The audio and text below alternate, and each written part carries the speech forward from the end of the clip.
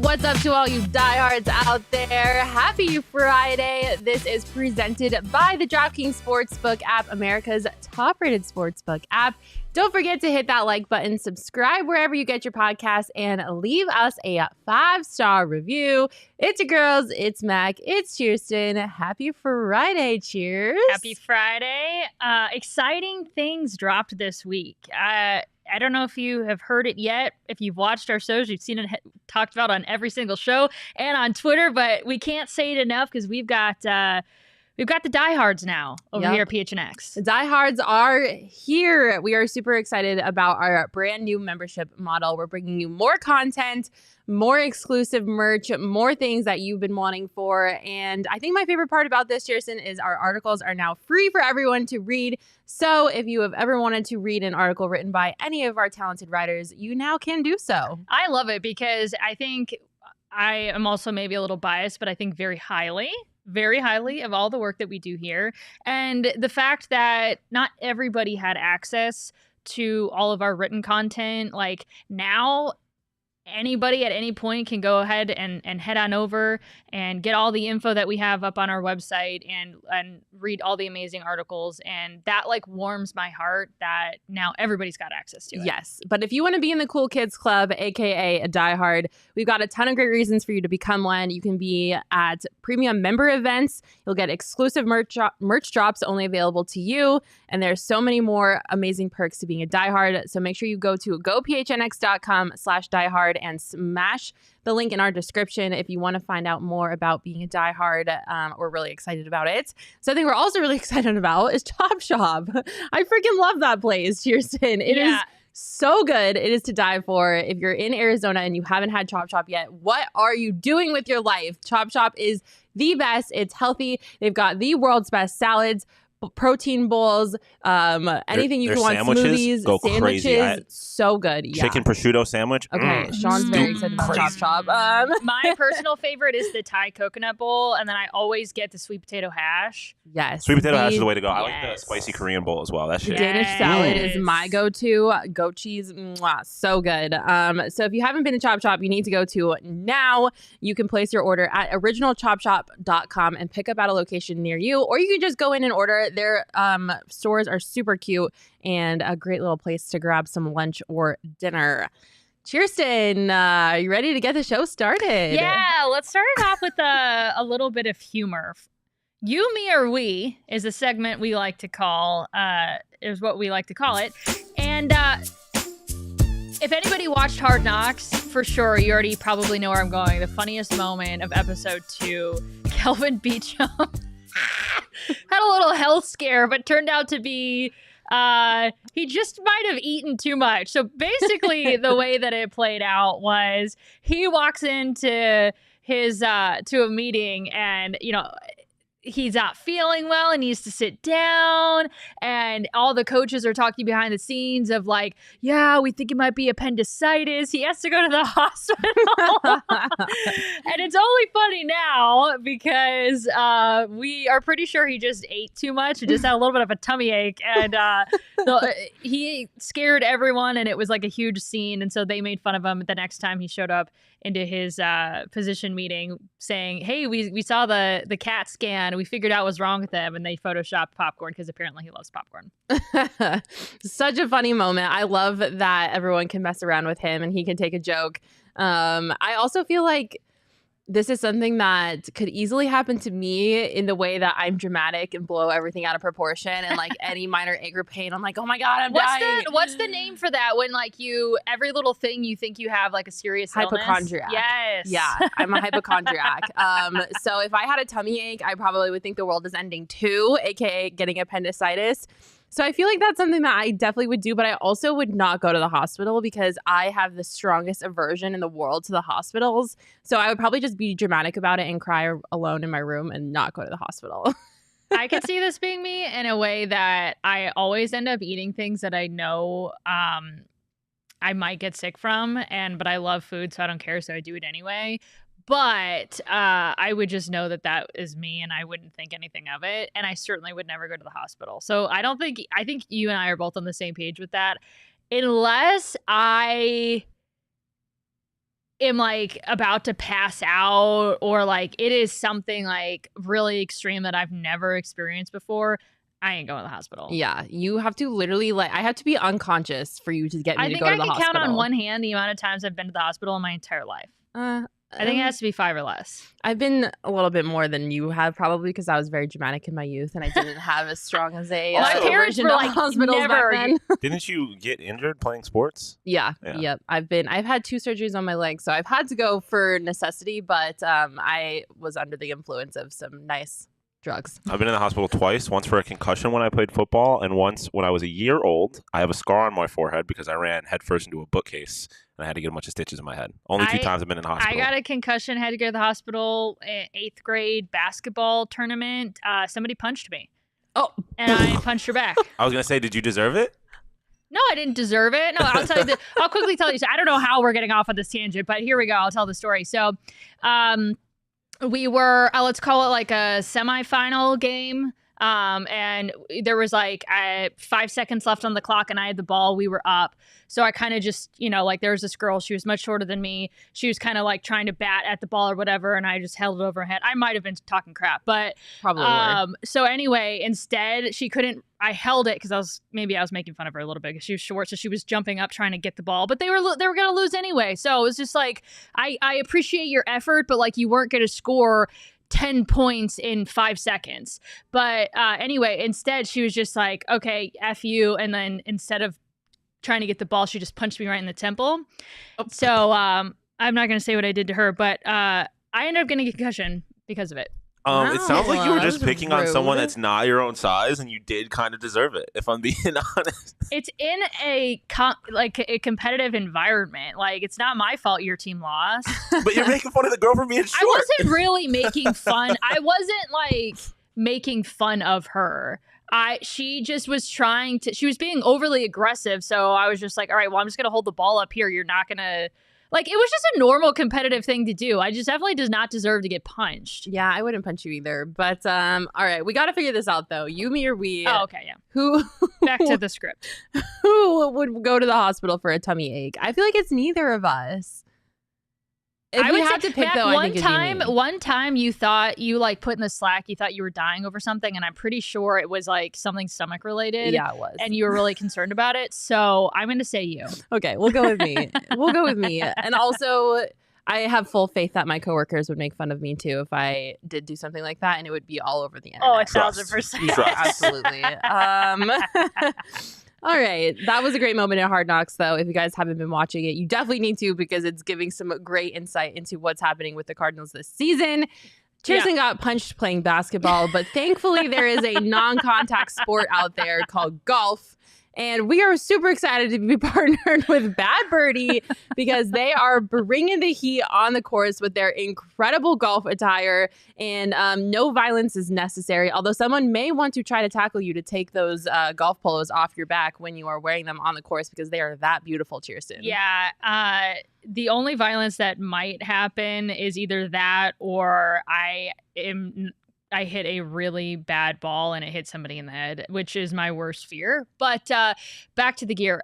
This morning, I'm golfing next weekend, and I'm like, man, I would really love to get another Bad Birdie shirt. So I was on their website this morning, and I saw that they have their Black Friday sales already going. So guess what? What? They have their Black Friday sale up to 40% off. And then if you use our code BadBirdiePHNX, you get additional 15% off of that. So like they're having a huge sale right now, and don't go and only use the sale they've got going on. Double up using Bad Birdie PHNX as your promo code when you check out for an additional 15% off. Like totally got to get your gear right now. What a steal. We were talking a little bit about the Cardinals and we're about to get into the Cardinals even more, but before we do so, we got to get you guys some money going. And the Cardinals, they're going to be in Mexico taking on the 49ers. And to me, seems like a great time to get some money. So, Sean, what are you going to be doing on the Underdog Fantasy app with the Arizona Cardinals and the 49ers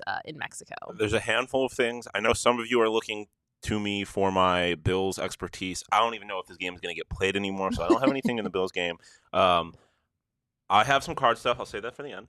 Starting with Jonathan Taylor against Philadelphia. They have a bad rush defense, higher than 86.5 rush yards. Put that with Justin Fields higher than 71.5 rush yards against Atlanta because he's been running all over the goddamn place. Jimmy Garoppolo lower than 253.5 passing yards, and former Sun Devil Brandon Ayuk lower than 63.5 receiving yards. I have faith in the Cardinals defense. I think they might be able to ball out in Mexico City. So I'm putting my faith in them, and I'm fading Jimmy G, Brandon Ayuk, and the San Francisco 49ers. Well, there you have it. Make sure you search the Underdog Fantasy app in the App Store, or you can click our link in our show notes. You can sign up with the promo code PHNX, and Underdog will double your first deposit up to $100. That's Underdog Fantasy, promo code PHNX, and get in on the action today. All right, Chierstin, it's time to go through some highs and lows because this week has been nothing short of a roller coaster. It was a dramatic week, especially for the Cardinals. Jeez. Yeah, we were all over the place with Cardinals news this week. There was some really good things that happened and some really, really bad things that happened. So there are lots of highs and lows to get through, but we got to start off on a high because we are positive girls and we love positive things. Hollywood Brown has been designated to return from the IR, which, thank the Lords above, he is back. And I don't know if you were expecting him to be back so soon, Chierstin. It's only been 4 weeks since he was injured, but I think Hollywood was expecting himself to be back because he pretty much said so. Yeah, I mean, I'm a man of faith. I told him when I was hurt, when they put me on IR, I'd be back in 4 weeks. So, it's God's plan. Just excited to be where I am right now. God's plan, baby. He's a man of faith. He said he's going to be back in 4 God's weeks. Plan. It kind of did seem like it was a little bit his plan, but you know what? I'll give credit where it's due. Thank you, God. We appreciate having him back, and hopefully he'll be back on Monday as well, and not just back in practice. Yeah. So it's super exciting to possibly have Hollywood back out there. Cheers. I think there's been some, excuses, the scapegoats as to why maybe the Cardinals offense hasn't looked the way that we were all promised that it would in the offseason.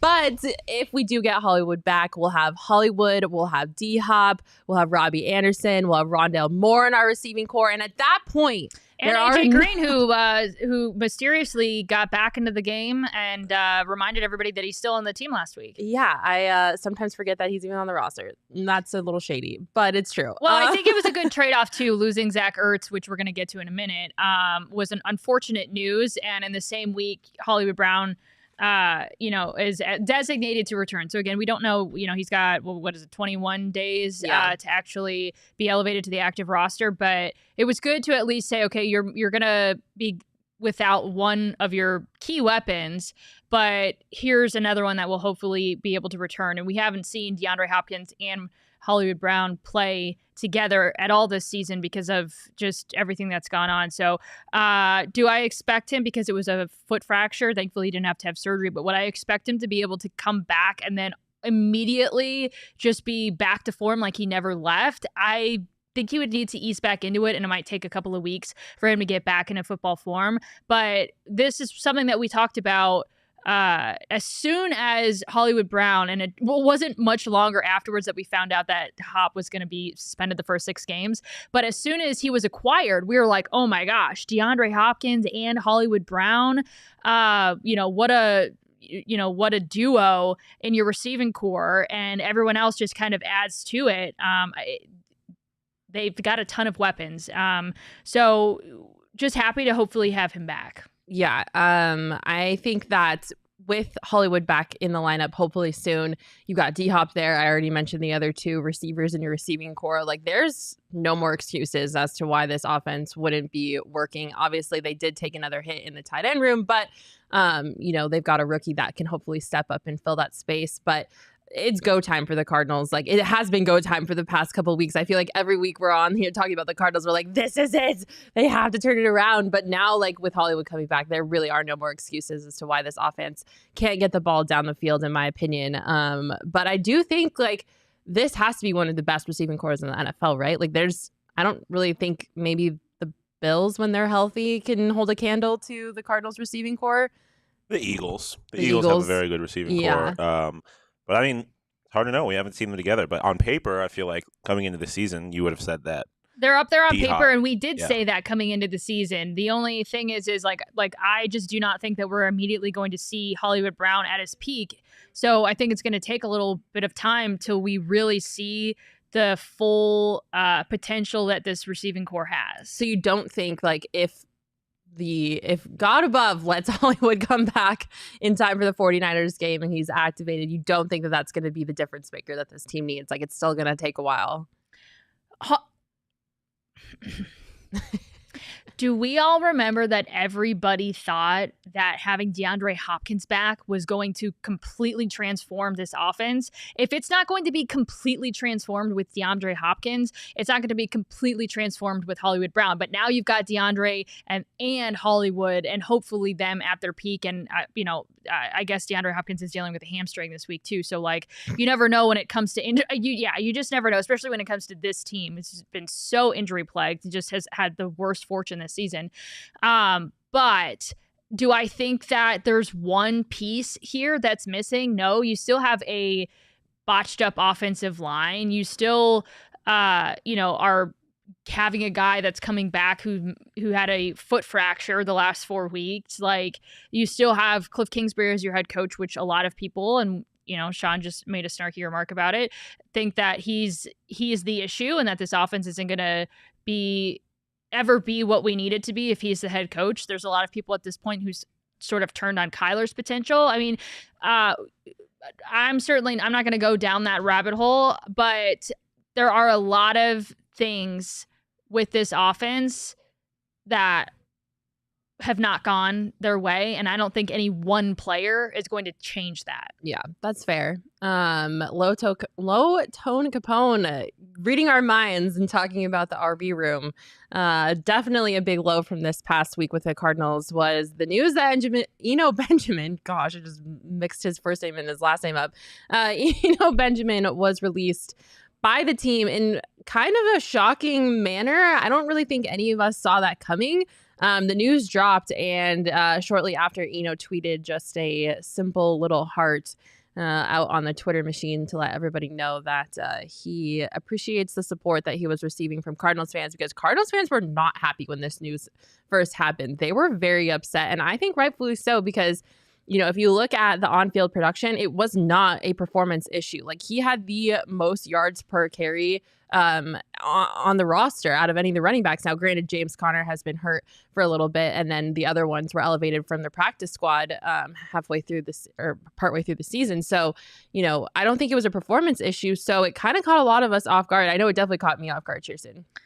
And that was it. It just caught everybody off guard, and we still don't know exactly what happened, but there's been enough that's been said, around the valley through various reporters and people who have a little bit more insight, that it for sure had something to do with some interactions that went negatively and caused this separation to happen.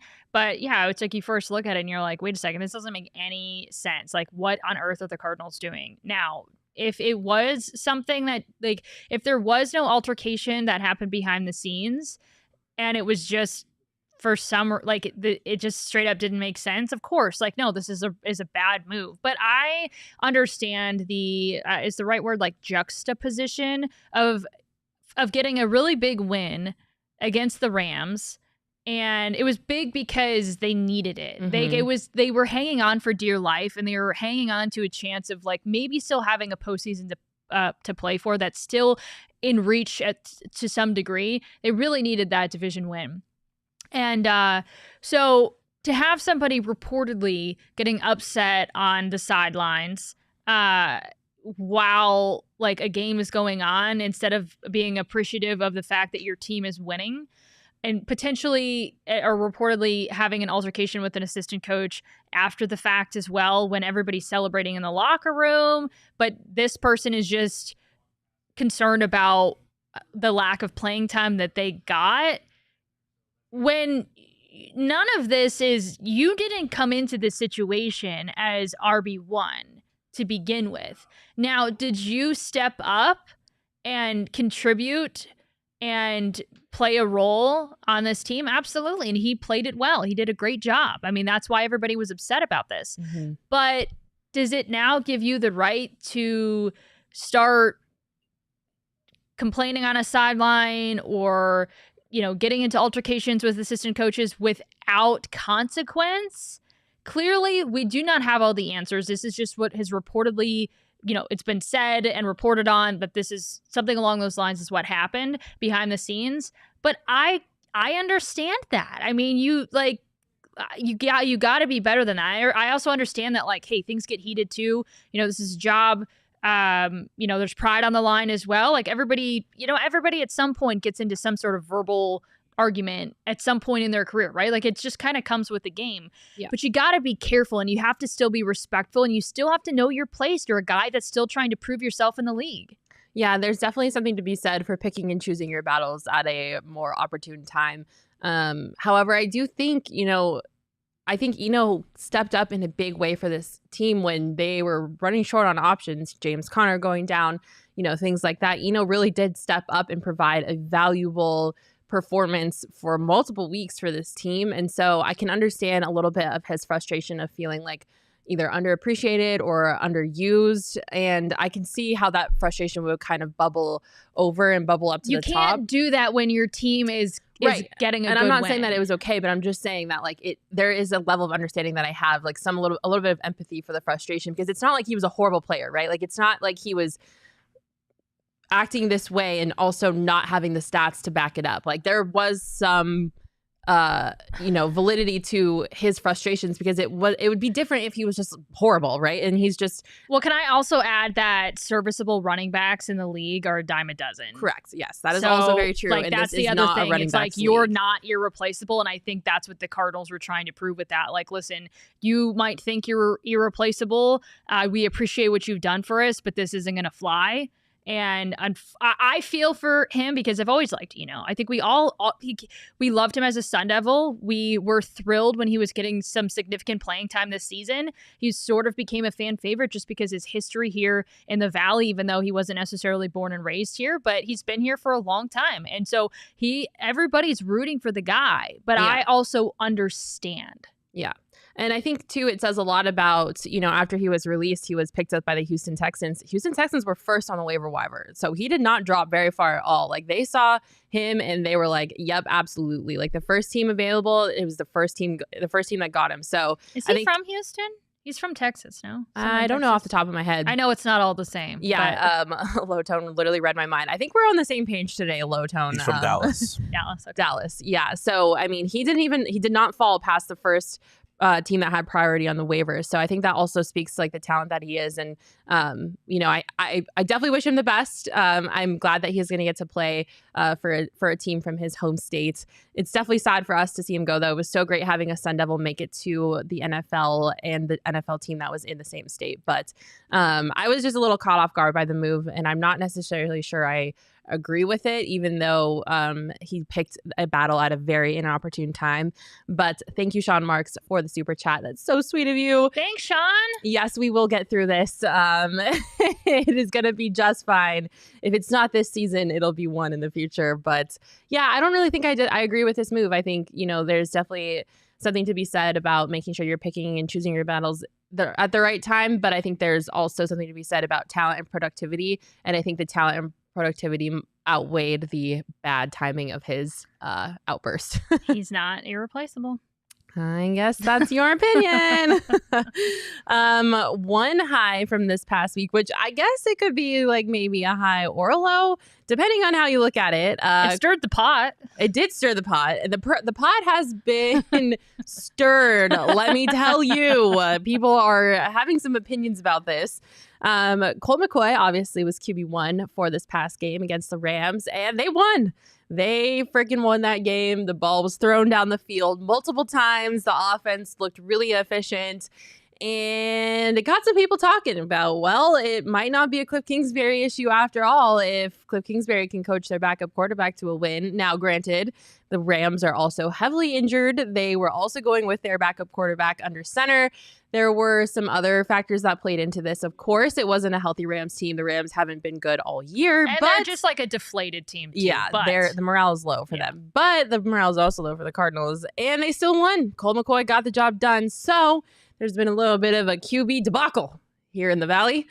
And I have some thoughts on this, Chierstin, but I want to hear yours. Do you think that we have seen enough that there's a debate to be had about who should be under center for the Cardinals in QB1? Well, anytime I talk about this situation, I feel like somebody calls me like biased or something. So it's like I can't even have an opinion on it. But here's my opinion, and it's stayed the same. I still feel like there are intangibles when it comes to Kyler that, if you were to just take him and take his pure athleticism and his potential, which shines through at times, and at times it doesn't, his ability to see down the field, his skill level when it comes to the cerebral aspect of the game, when you take everything and loop it in, and that is who Kyler Murray is, and that's what he brings to the table. I have always said I feel like the potential's there, but I haven't seen it yet, and I don't know what his potential truly is going to be because there are other factors outside of pure athleticism, okay? And I think that was something that we saw that Colt might possess, some of those intangibles that Kyler doesn't. Of course, there are a lot of factors at play. You mentioned their opponent. People have mentioned the fact that, it was a little bit of a different game plan. Cliff was calling different plays. We were more lateral. I get that, okay? But it was still the same head coach, and it's a different quarterback. I understand maybe the team didn't have as much time to prepare for Colt. I understand there are a lot of factors that go into this, but it did shine a little bit more of light of like, why has that guy had so much success when they've been able to plug him in Kyler's absence? And I think that it's worth a discussion of whether or not Kyler is a long-term solution for this team. And I'm not necessarily saying that he needs to be benched. Why is everybody coming over here? Why? Yeah, there's like a bunch of people gathering, and I'm a little nervous. I was getting ready to give an opinion. I don't know why they all crowded. There's a Nerf gun being pointed in my direction, and 4 people staring at me right now. What's happening? Whoa! Let's put the Nerf gun down. Put the Nerf gun down. You disagree with her opinion on K1 Is that much? You want to shoot her? I know. Golly, see what I said? I can't even voice my opinion anymore.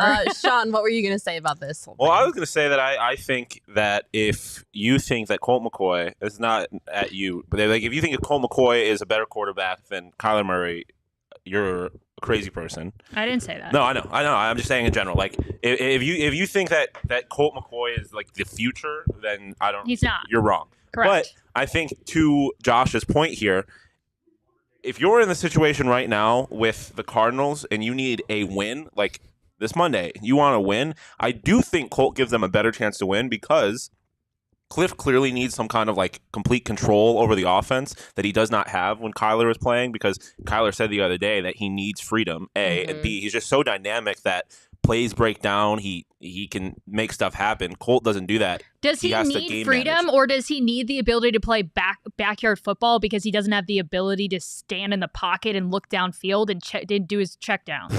I mean, I think it's a little bit of both. Like he needs freedom. That's the kind of quarterback he is. I mean, I am by no means Kyler's biggest supporter. There's definitely problems to his game, but the problem here is Cliff. And like, I don't think it's, in my mind, it's not a question. Like, I think the reason that the Cardinals seem to be better. Cliff wasn't a problem in the game against the Rams. When Colt was playing. That's my point. Like, I think the reason that Kyler is, that the reason that people are even asking this question is because Cliff doesn't know how to maximize the talent that Kyler has. Whereas with someone like Colt, there isn't really a lot of talent there comparatively. Yeah. So he can just execute Cliff's plan exactly the way he wants it. Right. Which Kyler's never going to do. So really, in my mind, the solution is you fire Cliff and get a coach that knows how to use Kyler. But I've been consistent that if you need one win right now with Cliff as your head coach, I do think Colt gives them a better opportunity. Yeah, I agree with that part of your statement that I think Colt is the quarterback for the Cardinals to get them a win when they need a win, because he can just execute Cliff's offense to what Cliff wants and to the best of his ability. I think, this whole situation, by no means am I saying that Colt is a better quarterback than Cliff. That's not what I'm saying at all. Colt is a journeyman. None of us are saying right. that. None of us are saying that. Colt is a older, 33-year-old journeyman backup quarterback. 36. Holy cow, that guy's old. A 36-year-old journeyman backup quarterback. So he's never going to be, on the same level talent-wise, at least, as Kyler is. But I think the reason that we're in this situation, this is my diagnosis on everything, is because Colt exposed things that Kyler has struggled with. And I don't think, like you were mentioning the intangibles, Chierstin, I don't necessarily think Kyler's ever going to be able to surmount to those intangibles, because football is a very physical game, but it's also a very cerebral game. And we've seen many times this season where mental mistakes have been made on behalf of Kyler. Plays have been not executed right. There have been receivers open downfield that have been completely wide open that Kyler has missed. And whether that's, a cerebral issue because he's having a hard time, ingesting the playbook, executing going through his it. progressions. Yeah. Doing whatever that might be. Or if he's just having a hard time seeing over his lineman because he's short, which we've been talking about for the past couple of years now. Like, it's just, there's some intangibles that Kyler is missing that Colt has, and those discrepancies were displayed during that game against the Rams, and it kind of put that at the forefront of, okay, like, if we're going to go with Kyler as our QB1, like, these are the things that are going to be missing and might not be fixable. So if this is what we're dealing with, then we have to make sure we have a head coach that knows how to overcome those discrepancies in the intangibles, and Cliff is not that coach, obviously. It is very clear that those two are not compatible in a coach QB1 relationship, and the Cardinals did the dumb thing and extended all of them in this offseason when they shouldn't have. And now we're in an even worse situation where we have an obviously mismatched head coach. I also got ripped to shreds for having that opinion in the offseason. And I don't know. How did that work out? Yeah. So I think I think the reason that we're in this position is because we saw the discrepancies between the two quarterbacks. And it also brought to the forefront of everybody's mind that those intangibles might not ever click or happen for Kyler. Just to reinforce the point that Cliff clearly doesn't know how to use a quarterback that's dynamic, he's a born loser. He lost in college, and do you know who his quarterback was in college? Maybe the greatest improviser quarterback of all time, Patrick Mahomes. Obviously not the Patrick Mahomes that he is now, but I mean, it was still Patrick Mahomes, and he couldn't win with him. I think it's a Cliff problem. Yeah, I think it's a Cliff problem too. Yeah. But there has been no call made yet whether or not Kyler, there's too many C's and K sounds. There has not been an official word yet whether Kyler is going to be playing for the Cardinals on Monday. So, or Colt, for that matter. Or they're both battling through some injuries right now. Yeah, that's just like par for the course with this team this year. Par for the course. Before we move on to our low, which has to do with an injury, speaking of, we got to talk about another high, which is our friends, Four Peaks. Oh my gosh, we love Four Peaks. We could talk about them forever. But today, the World Cup kicked off with their opening ceremony. And if you haven't heard, we are going to be doing watch parties at the Four Peaks Brewery in Tempe for the group stage matches for USA and Mexico. So if you are a soccer or a football, depending on where you're from, fan, football, make sure you come out to our watch parties at the Four Peaks Brewery. We're super stoked. We're going to be doing beer specials. You can get $3 Kilt Lifter or Wow Wheat pints. You can cheer on USA or Mexico, depending on whoever your team is. And we are going to be having some special guests there. The head coach of the Rising, Juan Guerrero, is going to make an appearance. It's going to be super sweet. So make sure you join us at Four Peaks for Mexico's first World Cup match, Tuesday, November 22nd. You can be there at 8 a.m. for a delicious breakfast buffet, drink specials, and an appearance from that head coach that I just mentioned of the Rising, Juan Guerrero. Make sure you buy your tickets using the link in our description. They're only $20, so come along and come watch some World Cup action with us. And don't forget that if you are going to partake in the delicious Four Peaks beer drinking, you must be 21 years old or older. We've got a lot of people coming out for those games too. Yeah, the first one for USA has like 75 RSVPs so far. So that's freaking exciting. People are excited about the World Cup. I don't necessarily care that much because I'm a women's team fanatic, but Can I also just throw in here these $3 kilt lifters are calling my name because Chierstin is a big kilt lifter drinker. I have recently found out that I love a kilt lifter. We were special guests at the KMLE Beers with Friends sponsored by Four Peaks concert. Wednesday, it was Old Dominion in Jackson Dean. It was so much fun. So thank you to our friends at Four Peaks for hooking us up with tickets. But Brothers Osborne. What did I say? Old Dominion. Oh yeah, Brothers Osborne. Oh my God, I'm all over the place with my country bands. How many kilometers did you have? It was Brothers Osborne. Oh my God, hello. I had a lot of beers apparently. Brothers Osborne and Jackson Dean. So thank you guys for the tickets. It was so much fun. And Chierstin drank kilt lifter the entire time, much to my dismay, especially because there were hazy IPAs there. And those are usually our favorite. I was drinking the hazy IPA, so I don't know what Chierstin was doing. She was on that kilt lifter grind. It caught me by surprise, so we love that for you. But yeah, come hang out with us for the World Cup. All right, a couple more highs and lows for the Cardinals, and then we'll move on to the Suns. This week, we also found out that Zach Ertz is going to be out for the rest of the season with a knee injury. He's going to need some surgery to repair that. And Chierstin, we were just mentioning this, but this team cannot catch a break. It's like one thing after another with his freaking injuries on this Cardinals team, and it's really unfortunate. Obviously, Zach wasn't having as big of a season statistically as he did last season, but he's a veteran guy. He is a leader in that locker room. He is a positive presence on the field, and he is a reliable player that if you're going to look down the field and he is open, he will 9 times out of 10 be catching that ball. So definitely not someone that you want to see go down for the Cardinals at this point in the season. Yeah, I just my heart hurts for it. It's just not a guy that you want to lose, as you mentioned, just the kind of locker room guy that he is, the presence that he brings, the veteran leadership that he brings. Big opportunity for Trey McBride to step up and get some more reps and hopefully, do a great job filling that void. But I would say he's no Zach Ertz at this point in his career, his young career.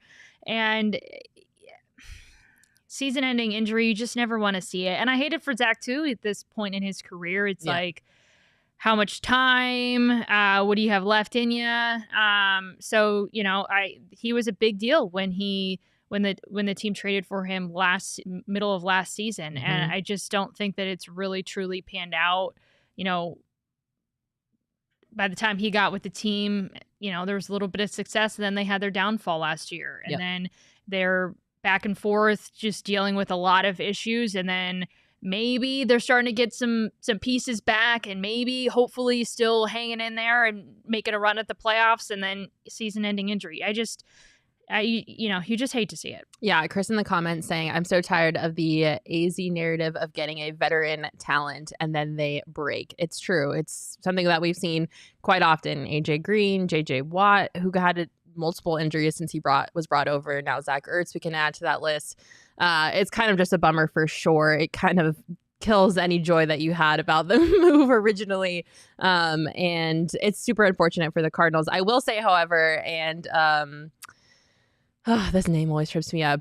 Jan Paul Edward De Dios, kind of close. Yeah, there we go. Saying in the comments that let's let McBride play. It's the only way that you can get better. I have seen McBride play. I was working for DNVR during the year that he was having his incredible season with the Colorado State Rams. He is so, so, so talented. He won so many awards his collegiate season. He was the best tight end in the country in college. So I'm really, really hopeful that, this is like the brightness of the darkness of Zach Ertz being out for the rest of the season, is that now Trey McBride will finally get some time to shine, because we have hardly seen him at all this season. And I really think they're doing him a disservice by not letting him take some snaps. And I understand that when you have a guy on your roster like Zach Ertz, you're not going to get as much time as a rookie, but I'm telling you guys, this kid is so talented. He's also a fantastic human being, talking about leadership potential and being a positive person on the field, like just a gem of a human being. We had some personal relationships with him through DNVR, so I got to meet him multiple times, and he is just a great person. So I really hope that this is Trey McBride's time to shine. I have faith that if given the opportunity, he can really come through for this team, because he really is so, so talented. Like he really was the best tight end in the country his senior year of college. So fingers crossed that this is his time to shine, because I think if they allow Trey to do it, he will show up for them. I think good guys just run in that room. Same person also mentioning Max Williams asking if he's healthy. He is, and really good chance that he's going to be elevated off the practice squad and is going to be able to play in this game as well. And you remember a guy who was also injured last season, and then he was cut beginning of this year and signed to the practice squad, and somebody who's just kind of stuck with the process and stayed ready. And hopefully we're, again, another like fan favorite in Max Williams. So you can't go wrong really with either of those guys. I feel pretty good about the position because if you remember, Max Williams was playing very well as well last season before he was injured. And they picked up Zach Ertz. So I feel pretty confident between those two at that tight end position that they're not going to miss Zach Ertz too much. Of course, I don't want to take away anything from him, but I think that they're in good hands with these two guys. Yeah, absolutely. I agree. Mufasa316. I'm new here. Hi, ladies, and hello, everyone. I hope Colt starts and wins. I hope the receivers have monster games. Thanks for checking out the show. That. Welcome in. Super excited to have you. Let's finish this Cardinal segment off with a high. Oh my gosh, Chierstin, this made my week on the internet, specifically on Twitter, which may or may not exist. No, just kidding. It's going to be fine. It's a little bit of a mess right now, but I don't think it's going anywhere. It's going to be fine. Yeah, everything's fine. It's like that meme where like everything's on fire. It's fine. Everything's fine. There was a funny moment on the internet, Chierstin. JJ Watt came through in a big way for someone who in turn came back. Yeah, so basically, this man Joey on Twitter had a parlay going that included an Arizona defensive touchdown, which we all know JJ Watt should have had a defensive touchdown. There was a strip sack that he recovered and had a clear path to the end zone, but the ref called the play dead. They called it, the ruling on the field was that it was a forward pass, or was an incomplete pass, and so they called the play dead before, instead of just letting it play out, and then lo and behold, it was a fumble. So they got the ball, but it should have also been a touchdown. So the dude tweeted at JJ and said, basically like, can you help a brother out? And JJ quote tweeted it, said, yeah, we both got screwed on that one. Send me your address. And then he posted this follow-up, this Joey guy, that he not only received the $1,000 check, which is what he would have cashed out on that parlay, but he says it was never about the money. JJ didn't have to do that, and so in turn, he's going to match it and give JJ's $1,000 and $1,000 of his own, and give it to the Watt Foundation. And so I don't know. I just love this. Yeah, it's so happy. It's such a great high to end this roller coaster of highs and lows for the Cardinals on, because really, really cool interaction on the internet. I think JJ Watt might be one of my favorite athletes in general, just the way that he conducts himself, how he gives back to people and interacts with people on the internet. He's a man of the people. He's a man of the people. I mean, who would have thought that you would have gotten $1,000 check from JJ in the mail because his touchdown was reversed? I mean, just what a gem of a human being. That is like a tiny, tiny, minuscule aspect of what he does for others, though. I mean, this guy gives back so in like serious ways and really invests his time, his money into creating experiences, into helping people out, into paying for funerals, into paying for relief in natural disasters. He won the Man of the Year award for yes, that, and so like he's got a long history, but then he even takes it to a point where like some guy, doesn't hit on a parlay and he's like, man, I got you, sending you $1,000. I mean, I don't know who else in the league is as involved as JJ Watt. Yeah, it's awesome to see. And also good on that guy for turning around and donating that money to the Watt Foundation, which benefits athletic programs for middle school aged kids. So a really cool thing to see. You'll love to see it. JJ Watt is our good human of the week. What a great gem of a human being. OB in the comments saying, new viewer here too. Hi, OB. Welcome in. Great to have you. Josh Hunt saying, I need to mention JJ in my tweets because I'm clearly missing out on a bunch of money. Yeah, I mean, the bank of Watt is open, baby. Just kidding. But yes, everyone loves JJ in the comments. We also love him. And you know what else we love? OGs. I love OGs. I think I would need to take an OGs before I ever had the cojones to tweet JJ something like that. Yes, absolutely. If you guys don't know, OGs is a local THC scratch-made gummy company here in Arizona, and their gummies are to die for. Their orange creamsicle flavored sativa gummies are my absolute favorite things in the entire world, but they've also done us all a solid, and they released their Sleep Edition gummies, which are aquaberry flavor, and they are also delicious. My favorite orange creamsicle is still on the throne as my favorite, but aquaberry is a close second, and who doesn't love getting a good night's sleep with the help of their Sleep Edition gummies? So if you want to grab yourself some OGs, you can find them at your local dispensary, but please remember you must be 21 years or older to enjoy. Shout out to our friends at OGs. All right, we are in the middle of the NBA season, and despite some injuries, the Suns, they are doing pretty well for themselves. They're second in the Western Conference right now. So I think it's only fitting that we do some highs and lows for the Suns as well, Chierstin, if that's okay with you. Yeah, of course.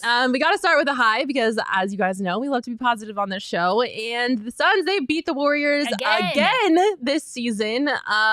And they did it in the most beautiful jerseys in the NBA. I said what I said. I don't care what you haters say. These things are absolutely beautiful. They debuted them against their game against the Warriors. And they also had they have the coolest court in the NBA. This is the coolest court I've ever seen in my entire life. Like, you cannot add us. You cannot disagree with us. We will not hear any dissenting opinions on this. Like, this is the coolest court in the NBA. This is the coolest playing field of any sort. Like, is it playing field, right? Like, just any... Yeah. Sure. Any court, any... Playing surface. Surface. Okay, there surface. we go. I was like, field seems pretty specific. Okay. Playing surface of any sport of all time at any level ever. Yeah, it's absolutely gorgeous. And if you know the meaning behind it, there's so many special things behind it. Why there's 22 feathers in the middle of the court. Like, it's all just so cool. And obviously beating the Warriors is always awesome. But then when you beat them at home wearing those sick jerseys and on that sick court, sign me up. I would watch that any day of the week. Sick, dude. You love to see it. Even though Steph Curry dropped 50 on their heads, they still beat the Warriors, which you absolutely love to see it. Chierstin, I have to know, does watching the Warriors struggle like this make you happy? It makes me happy because I'm less concerned about them being a legitimate threat in the West like I did at the beginning of the season. Yep. They've got all sorts of issues. I was sort of surprised that they even held it together at the beginning of the year with all the internal stuff that they had going on. And I think that we're kind of seeing that come to light as well. Like, they just don't have it. And I don't think they're playing well together as a team. Obviously, you have one guy dropping 50, which I'm not going to bash on because there's a point in time when Devin Booker was like really the only scorer that the Suns had who also dropped 50 here and there and whatever. So anyway, but it's just like your entire team's, I think their team is in shambles. I think Klay is in a little bit of a situation where he's overrated. I think he's realizing he's not the player that he used to be. And I was about to say, washed, yes. Overrated, no. He is currently being outshot 3-point percentage-wise by Russell Westbrook, who everyone thought was just dead in the water. So it is. It might be time to use the W word for Klay. Yeah, I mean, he might be able to get it back. Maybe he's just going through like a rough patch right now. But yeah, he's definitely not the Klay of old. And yeah, that all makes me a little happy. Yeah. I don't have to worry about them. I am the petty princess, and I love nothing more than watching teams that used to be dynasties fall. The Patriots, the Warriors, give it all to me. I'm just waiting for the Dodgers to fall off. You know, it's just a theme for me. It's just something that like makes me happy. So I'm enjoying watching the Warriors currently suck. And I will revel in that for as long as I want to. I'm trying to win a championship this year. I just want to take what you just said as an opportunity to take a shot at the Dodgers. I wouldn't consider them a dynasty. They've won one ring. Okay, that's fair. And it was a Mickey Mouse ring. It was a Mickey Mouse ring, exactly. They have been to the playoffs multiple years in a row. And you don't finish what it mean, though. Yeah, like, they're notorious for choking, but it's just annoying to watch them be successful in general, even in the regular season. But I digress. I think it's great to watch the Warriors struggle, and it's also great to watch the Suns overcome a lot of the things that they've had to deal with early on in the season. Chris Paul being injured, Cam Johnson being out for a little bit of time, and we all know what happened in the offseason with the owner drama. You could say the Suns are missing something too. Yeah, I mean they haven't reached their full potential, and we've said it all along. I'm not going to keep saying it, but they definitely need another piece to this puzzle. And so they've had their fair share of struggles as well. Yep. They've dropped games that I felt like they should have won. Oh yeah, that Magic game. Are you kidding me? That was ugly. Even the 2 games to the Blazers. Mm-hmm. Yeah, absolutely. Those were both very winnable games. Obviously, because one of them was a win that should not have happened because there was an incorrect call.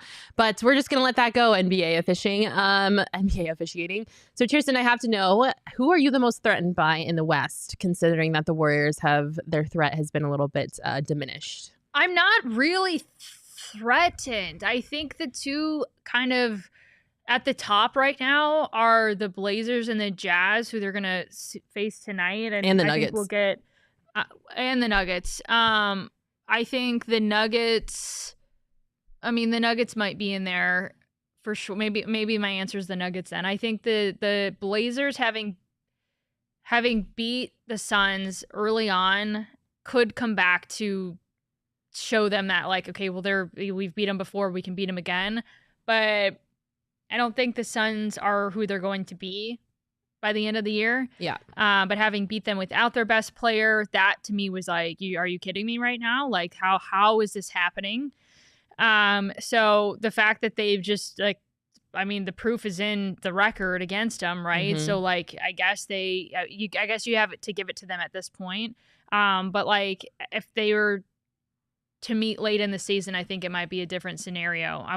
I'm curious to see how this Jazz game plays out. Yes, they've been a surprise team, but have lost, I think, their last 3 in a row. So I'll be curious to see how this plays out. And I think they play them again next weekend. Yeah, they are on a losing streak, a 3-game losing streak. So I would love to see how this game shakes out. Maybe I guess the Nuggets is the team that scares me the most now that I'm kind of walking through it. But I feel like the Suns are one piece away from me feeling very confident that no team can go head to head in the West with them. Yeah, and we're going to talk about that piece in a little bit. But I do agree. I also think this NBA season has been a little weird, and I don't know, a lot of the things that I expected to happen haven't happened, and it's just been kind of like a flip-flop of expectations. I know that it's still very early on and the season has just started, but I'm surprised by the Mavericks so far this season. I'm surprised by the Clippers so far this season. The Mavs. Why are you surprised by the Mavs? I thought they were going to be way better. I thought they were going to come out hotter out of the gate. Yeah. Same with the Clippers. And also, speaking of Princess Petty, watching the Lakers suck is also very enjoyable. The Lakers are 14 out of 15 in the Western Conference right now, and everybody loves. I love to see it. I will never not love watching the Lakers suck. But yeah, the Trailblazers coming out so hot has been surprising. Same with the Jazz, like you were saying, very unexpected. The Nuggets, I didn't really know what to expect because they've had so many major injuries with MPJ and Jamal Murray. So I didn't really know what we were going to get now that all of them are kind of healthy, even though MPJ is kind of struggling on the injury train again. But I'll never count out a team that has the 2-time reigning MVP. So I would agree with you that I think the Nuggets are the biggest threat, just because I think they're the biggest question mark. I still don't think we've necessarily seen them perform up to their full potential with those 3 key players back. Yep. And they also lost to the Lakers, which is crazy considering how bad the Lakers are. So this NBA season has been very interesting, which I'm actually happy about. I went on a rant about how much I hated the NBA for a very long stretch of time because it was so predictable. You always knew it was either going to be the Warriors or the Cavs winning the thing at the end. So I'm really happy, and I'm actually really interested in NBA this year just because of the unpredictability that we've seen so far in the season. So always exciting. Let's wrap up this Sun segment with a little bit of a low. It's not too tragic, just because we've been dealing with this for a while. Before we get into that, though, we gotta tell you guys about DraftKings. We are hoping that you're enjoying making some money, fingers crossed, on the DraftKings Sportsbook The Suns are 2-point app. favorites in tonight's game against the Utah Jazz, by the way. Oh, over they're on the DraftKings Sportsbook app. 2-point favorites against the Jazz. What's the total set at? Is it going to be a fun, high scoring? Points, the over-under? Is Yeah. that what you're asking? 228.5 points. Okay. All right. Yeah. I would take the...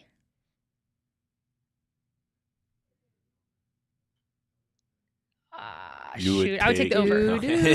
There you go. I would take the over on that. All right, Chierstin's taking the over. I wanted to make sure I gave my people the right advice, you know? Yeah, it's very important. Chierstin takes sports Sitting betting here on the spot thinking it through. very seriously. Thank you for giving me the time to think. Everyone's going to be like, did the podcast end? What's the silence? She has to think about things. It's very serious. She's a money girl, you know, got to get that money. But if you want to tail Chierstin's bet, and also you said they're taking the over? Take the over with Chierstin. Yeah. You can download the DraftKings Sportsbook app now. Use promo code PHNX when you sign up. New customers can make a $5 NBA moneyline bet and get $200 if your team wins. Download the DraftKings Sportsbook app now. Use promo code PHNX. That's promo code PHNX on the DraftKings Sportsbook app. Minimum age and eligibility restrictions apply. See our show notes for details. I don't really know if I need to look at this as a low or a high, so I'm going to let you guys in the comments decide if it's a low or a high. Drop it in and let us know. Jay Crowder is obviously still on this roster, even though there were some rumors swirling earlier in the week that he might not be on the roster for much longer, as there was a trade rumor out there, Chierstin, that was kind of interesting and one that I honestly think I would have liked to see come to fruition. Yeah, I would just like to see a guy that can help this team out. So the rumor, and we're just going to leave it as a rumor because there was a rumor that there was truth to it. There was a rumor that it was all made up and it was just a tactic by agents. There was I don't really know what the heck was going on. But reportedly, right before the Suns-Warriors game earlier in the week, there was a 3-way trade which would have sent Jay Crowder to the Bucks, Grayson Allen to Houston, and Eric Gordon to the Suns. Was almost a done deal and didn't happen. I don't know if this was almost a done deal. I don't know. But either way, I just want the Suns to be able to get the best option possible for Jay, and it's a lot easier said than done when it comes to salaries and making that work, and there's just a lot that goes into it. So I don't really care that he's still on the team as long as by the end of the year they have the right guy that's really going to help them out in return for Jay, and just going to get the best option possible. I do wish that he was playing for this team rather than just sitting and not doing anything. Mm-hmm. But it is what it is, and I think it's also very funny that he just cannot stay off the social medias. And, he cannot. He is more dramatic than a teenage girl on Instagram. So, yeah, I don't know if it's a high or low that he's still here. Could they do better than Eric Gordon? I don't know. Suns fans have been wanting this guy for a while. Question. You read my mind. Oh. Do you think that they can do better than Eric Gordon? I don't know. If you're talking about 3-way trades and stuff like that, I mean, where does it end? What are the possibilities here? who are they? I don't know. I wanted to see them to get another forward into the mix, but I don't know at this point. Just get somebody that can contribute, and rather than somebody that's just sitting on his butt at home posting on Instagram, at that, Facts. Yeah, no, that's fair. I also don't know if Eric Gordon is necessarily the best option. He's obviously a little bit higher on the age end at 33 years old. He definitely would have been able to slot into that small forward role. But Chris saying it's annoying more than a low. Yeah, I agree. Yeah. It would be nice though to get some finality to this, because I think there's just he's just I feel like he's toxic. He's your toxic ex that still stalks you on Instagram and doesn't shut up about your relationship. I don't think the Suns are paying attention to it. I think it's just toxic for fans that are oh my God, just get it done and over with. Just get this man out of our hair. So as of now, we still have the Jay Crowder saga hanging over our heads, and he is still sitting at home posting on Instagram as we speak, probably. But that's that. Let's end this on a super high, and a story that we are going to be happy to talk about, which is the fact that Deandre Ayton and his mom are bringing a Caribbean family recipe to Phoenix restaurants to raise money for a local charity, Helping Hands for Single Moms. Oh, my heart is so happy seeing this, Chierstin. Also, you say Caribbean, I say Caribbean, but this is fantastic. What's the difference? There's no difference. It's tomato. I'm just saying. Yeah, there's no difference. the fact that it's something that DeAndre and his mother are teaming up to do is incredibly special. This meal is going into the Henry, which happens to be one of my favorite restaurants, as well as some culinary dropout locations in Arizona. And you touched on it. Each meal purchased, 10% of the sales are going to be donated to Helping Hands for Single Moms. So I just think it's really special and it's really unique. Like, I don't know that I've ever really heard of like an athlete here in town teaming up with his mom to bring like this homemade recipe into a restaurant, and then the proceeds are going to be donated to a charity. Like, that's awesome. And that's the kind of DeAndre Ayton news that I want to be talking about. Yeah, me too. The partnership lasts all the way through April, so they're going to have lots of time to raise a lot of money for some single moms out there, which is a cause near and dear to my heart because I was raised by a wonderful, strong, independent, beautiful single mother. So Love that. shout out to all the single moms out there. You guys are warriors, heroes, legends. Sean, I feel like you're about to say something. I was raised by a single mom too, so I feel you. Yeah, so shout out to all the single moms out there. Shout out to DeAndre Ayton and his mom. I absolutely love it. What a good guy. What a good moment to end this wonderful podcast on. Chierstin. Then it's Saturday, Sunday. What? It's Friday. Happy weekend, everybody. Don't forget, if you are not a diehard, you must become one. There is going to be so many epic things that we are doing in the very near future, and our diehards are going to get first dibs and a bunch of discounts on it. So if you haven't signed up to be a diehard yet, you got to click the link in our description and go become a diehard because it is the time. We are super excited for all of that. We are super excited for this podcast. We're super excited for the weekend. Just happy vibes all around. Thank you guys so much for tuning in to the show. We love you all so much, especially all of you in the comments. You guys are amazing, epic, wonderful human beings. We hope you have a wonderful, safe weekend. I was about to say Thanksgiving, but that's next week. I was getting ahead of myself. Thanksgiving is my favorite holiday, so I was a little excited. Friendsgiving, if you're having any Friendsgivings this weekend. Thank you guys so much for tuning in. Don't forget, we'll be live again next Friday at 12:30 because we're your girls and you are our people. Don't shoot. Oh, there's a Nerf gun again. Okay, bye.